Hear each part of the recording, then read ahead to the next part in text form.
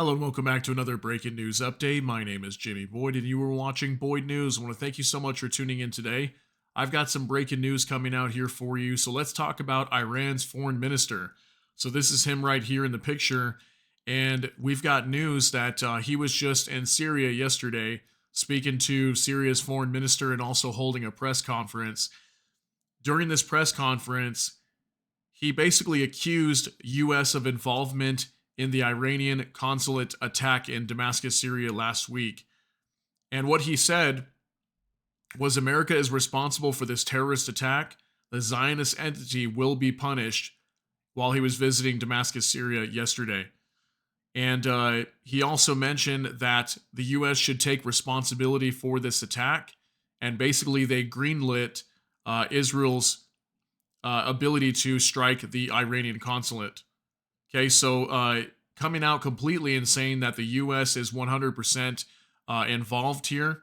And if anything, they were the ones to tell Israel to launch this attack. Now, we do know that the U.S. has come out and said that we had no involvement in this attack. This was in no way, shape, or form our doing. We didn't even know Israel was going to do this. We had no intelligence they were going to do this. And the Iranian foreign minister is basically saying, well, they're your closest ally in the Middle East. Like, there's no way you didn't know that they were going to do this. And just basically accusing them outright and saying 100% the U.S. is involved here and they should take responsibility for this. So does that mean that Iran is going to want to target U.S. troops across the Middle East again with their proxies like they were doing just a few months ago? It looks like that could start happening again pretty soon. So I have a video we're going to be showing you from this foreign minister and also the Syrian minister speaking in Damascus yesterday, talking about these subjects here. And then we also have an article to go over. So let's go ahead and get right into this and take a look at this video. It's about 1 minute clip, so let's look. خواهم از دمشق با صدای بلند اعلام بکنم آمریکا در این حادثه مسئولیت دارد و باید پاسخگو باشد.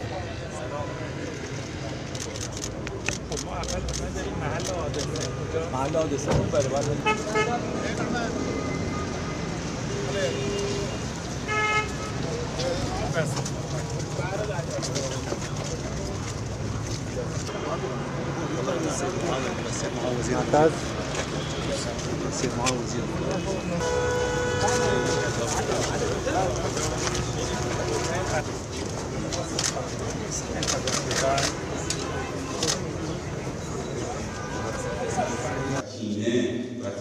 رژیم اسرائیل تنبیه خواهد شد. هذا يعني أن هذه القضايا لا يمكن أن تعالج إعلاميا إلا في الوقت المناسب. لذلك أعيد التأكيد على أن سوريا تقف بشكل حازم مع المقاومة وتدعم كل قوى المقاومة عربيا وفلسطينيا. Okay, so that's the Syrian minister speaking. I wanted to show you this part here.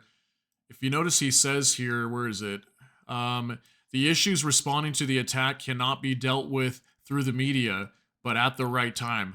I was trying to figure out what he meant by that, where he's saying that maybe they cannot win this battle through the media because obviously the West controls most of the media, that being majority of the United States. They control the media heavily, and it's really hard for them to fight this battle through a choice of words. Is that them saying that, hey, this is going to have to turn into some sort of military conflict in order for this to be resolved? Is that what he means by that? I don't really know. Let me know what you think that statement means down below.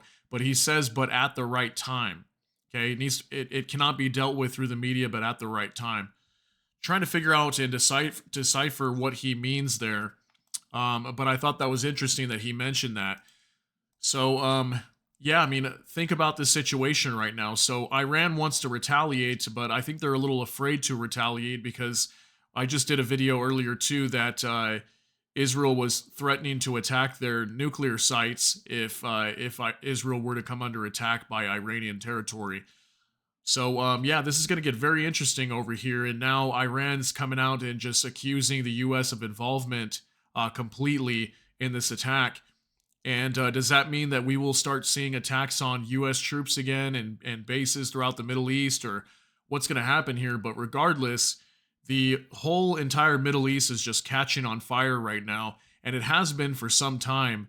But this attack on this Iranian consulate is definitely a turning point in what's going on over here, and it will decide whether this whole region just erupts into flames, or maybe things calm down a little bit, especially if this war in Gaza ends soon. But we do know, I reported this morning that Netanyahu, Prime Minister of Israel, stated that he has a date set to go into Rafah. So I don't know, maybe things will still flare up around the Middle East. We'll have to see. So I've got this article on Politico we're going to go over real quick. Iranian official accuses U.S. of giving Israel green light to attack consulate in Syria. Foreign Minister Hossein Amirabdollahian reiterated Iran's vow to respond to the attack. Iran's foreign minister Monday accused the United States of giving Israel the green light for a strike on its consulate building in Syria that killed 7 Iranian military officials, including 2 generals. Hossein Abdullahian, I don't know if I'm saying that right, Abdullahian, reiterated Tehran's vows that it will respond to the attack, widely blamed on Israel, that appeared to signify an escalation of Israel's targeting of military officials from Iran, which supports militant groups fighting Israel in Gaza and along its border with Lebanon. Hezbollah leader Hassan Nasrallah, in an address Monday, reiterated that Iran's backed group's support for Tehran military response to the attack that killed General Mohammad Reza Zahedi, a senior military official in the Iranian Revolutionary Guard's Quds Force, and worsen fears of the war spiraling into the rest of the Middle East. Since the war in Gaza began 6 months ago, clashes have increased between Israel and Lebanon's Hezbollah.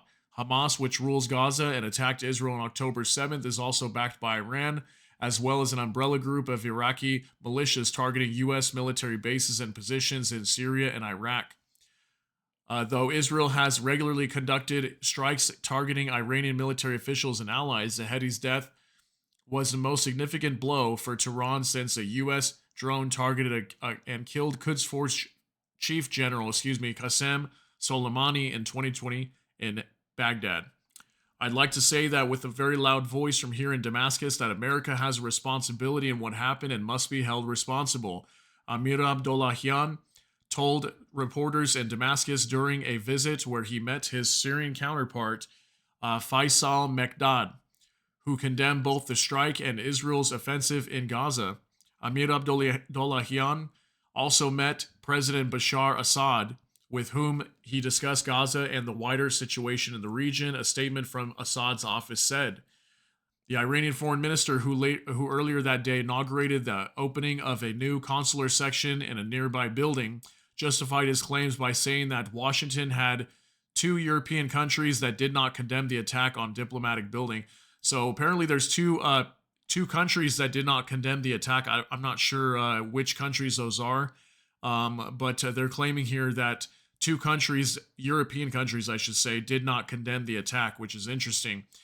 He said that failure to condemn the attack indicates that Washington had given the green light to Israel to commit this crime. So that's why he's saying that that the U.S. gave them the green light, because 2 countries did not condemn it. So maybe that signifies the fact that that the U.S. gave them the go-ahead to launch this attack. The Biden administration has insisted that it had no advanced knowledge of the airstrike. Washington is Israel's vital military ally. Israel, which rarely acknowledges strikes against Iranian targets, said it had no comment on the strike in the Syrian capital. However, Pentagon spokeswoman Sabrina Singh said last week that the U.S. had assessed Israel was responsible. Initially, after the strikes, Iranian state media said Zahedi led the Quds Force in Lebanon and Syria until 2016. Then in a public address Monday, Hezbollah leader Hassan Nasrallah said Zahedi was a key figure for the Lebanese group and had 3 4-year stints in the tiny Mediterranean country. Nasrallah, like Syria and other key allies of Tehran, have said they remain committed to backing Iran. It's a natural right for Iran. It's natural for the Islamic Republic to conduct this response to the consulate attack, Nasrallah said. Nasrallah said Zahedi's first involvement was until 2002, overseeing Israel's withdrawal from southern Gaza and helping Hezbollah scale up. Zahedi's second term covered some of the fiercest fighting in Syria's uprising turned civil war, where Tehran and Russia played a key role in backing Assad against opposition forces. Zahedi's final stint began in 2020 and ended when he was killed. So, I just want to say here that this is insane that now the foreign minister is coming out and basically saying the U.S. is involved here. So let me know what you think. Do you think the U.S. is involved in this event? Or do you think this was just Israel that did this? Or is it quite possible that maybe even the U.S. launched this attack? I mean, Israel has not completely come out too and said that they targeted this consulate. They still have not claimed responsibility for it, nor does Israel really claim responsibility very often. They really don't do that, or they don't really come out and comment on things when they launch attacks. They just basically stay silent. So no one really knows completely who did this, but more than likely this was somebody from the West, right? But could this have been the U.S. or was this Israel? As far as we know right now, it was Israel that launched this attack. But Iran is definitely not happy, and we're still waiting to see how they're going to respond to this. And will they respond directly from an attack from their own territory, or will they just use these proxy groups like Hezbollah or the Islamic Resistance Iraq or something like that to launch a retaliation attack on Israel? We'll have to see how that goes. But at this moment, we're still waiting for that information to come out. So let me know what you think down below. Share your thoughts and concerns and opinions in the comments section. If you got something out of this update, please smash that like button. And also, if you enjoy my content, please consider subscribing down below. Hit the notification bell, that way YouTube can notify you. And with that, I hope you all have a great day. Everybody take care and God bless. We'll see you in the next one.